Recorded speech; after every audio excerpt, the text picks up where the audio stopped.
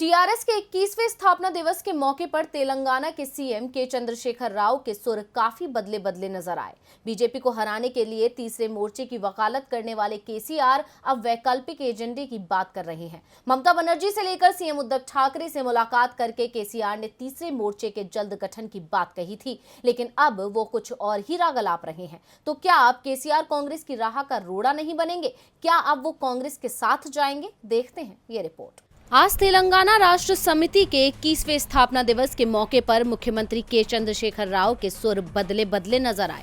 आमतौर पर पार्टी के अधिवेशनों में पार्टी अपनी सफलता और भविष्य की कार्य योजना पर बात करती है, लेकिन आज का टीआरएस अधिवेशन राष्ट्रीय राजनीति के बारे में था। पार्टी के संस्थापक केसीआर ने कहा कि भारत को राष्ट्रीय मोर्चे की नहीं बल्कि सर्वश्रेष्ठ राजनीतिक एजेंडे की जरूरत है। अगर हैदराबाद उस राजनीतिक एजेंडे की जगह बन जाए तो ये गर्व की बात होगी। कुछ दिन पहले तक देश में विपक्षी पार्टियों को एक करने के लिए तेलंगाना के मुख्यमंत्री के चंद्रशेखर राव ने उद्धव ठाकरे समेत विपक्ष के दिग्गज नेताओं से मुलाकात की थी। इस दौरान उन्होंने सभी नेताओं को बीजेपी के खिलाफ संगठित होने के लिए कहा था। आज टीआरएस के स्थापना दिवस के मौके पर राव ने कहा कि देश को चलाने के लिए किसी राजनीतिक पुनर्गठन या थर्ड फ्रंट की नहीं बल्कि एक वैकल्पिक एजेंडे की जरूरत है।